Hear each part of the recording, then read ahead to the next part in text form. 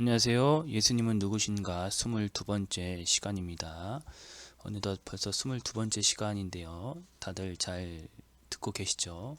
요즘에 조회수가 부쩍 떨어졌더라고요. 한 3명, 4명인데 저까지 포함하면 한 2분 정도는 꾸준히 보시는 것 같습니다. 그래서 그 2분을 제가 축복합니다. 여러분들. 그래서 오늘은 늘 하시던 대로라는 제목으로 말씀을 짧게 나누려고 합니다. 시험이 끝난 후 본격적으로 예수님은 공생의 사역을 시작합니다. 다들 공생애라는 말을 알고 있을 텐데요. 다시 정리하면 예수님의 공식적인 생애라는 의미입니다. 사람은 첫 공식 업무가 무엇보다 중요합니다. 이 모습이 제가 처음으로 성인 설교했을 때로 기억을 하는데요. 군대에 전역했는데 무슨 말을 했는지는 기억이 안 납니다. 어쨌든 제 첫 그런 사역이라서 제가 갖고 왔습니다. 여러분들 대통령이 당선되면 언론은 무엇을 주목을 하나요? 대통령의 첫 공식 업무를 무엇으로 선정하는지 주목을 합니다. 왜냐하면 대통령의 첫 걸음과 이 첫 공식 업무가 아마 어떤 정책과 방향으로 나아갈지 가늠해 볼 수 있는 역할을 하기 때문인 것입니다. 예수님의 공생의 사역도 마찬가지입니다. 예수님의 공생의 첫걸음이 향후 사역의 방향을 결정하는 것이죠. 그렇다면 예수님의 첫걸음은 어디였을까요? 우리 누가복음 4장 16절 말씀입니다.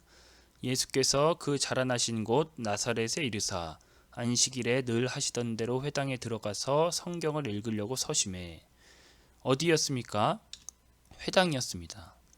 회당을 자신의 첫 공식 장소로 선정했던 것이죠. 그리고 우리는 방금 읽은 본문에서 또 하나의 중요한 사실이 있는데요. 그것은 늘 하시던 대로라는 것입니다.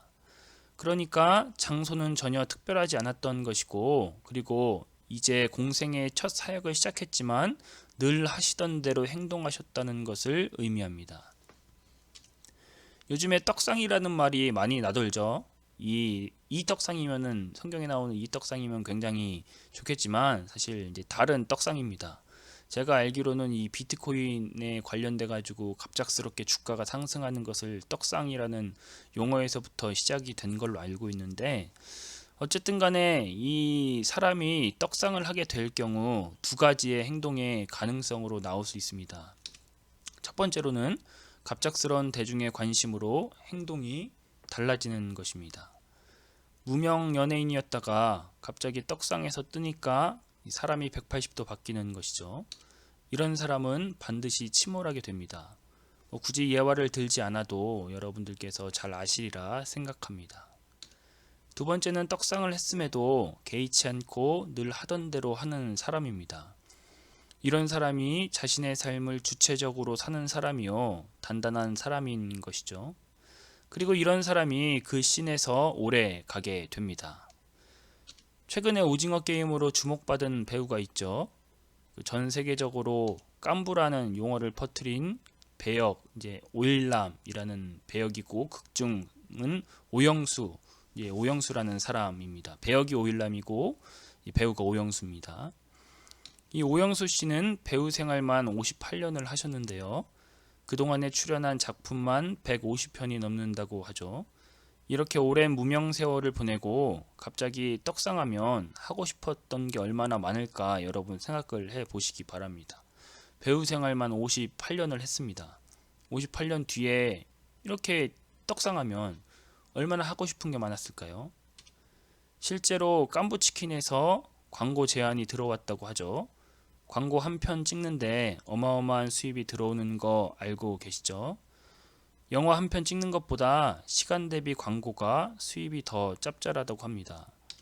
하지만 오영수 배우는 그런 거 다 거절했다고 하죠. 지금처럼 하던 대로 하며 살고 있다고 합니다. 세상의 흐름에 휩쓸리지 않고 자신의 길만을 걸어가는 사람이기에 오영수 배우를 우리는 멋있게 보지 않나 싶습니다. 예수님께서 공생의 첫 발걸음이라고 무언가 거창한 것을 하지 않으셨습니다. 늘 하던 대로 회당에 들어가 성경을 읽으셨습니다. 15절을 보면 무사람에게 칭송을 받으셨다고 나와 있습니다. 이렇게 갑작스럽게 떡상했음에도 대중의 인기와 흐름에 연연해하지 않고 자신만의 길을 꿋꿋이 걸으셨던 것입니다. 자신의 삶을 주체적으로 사는 사람은 늘 하던 대로 하는 사람입니다. 이번 한 주 예수님처럼 늘 하던 대로 꿋꿋이 자신만의 길을 걸으시기 바랍니다. 그러면 또 다음 주에 뵙겠습니다.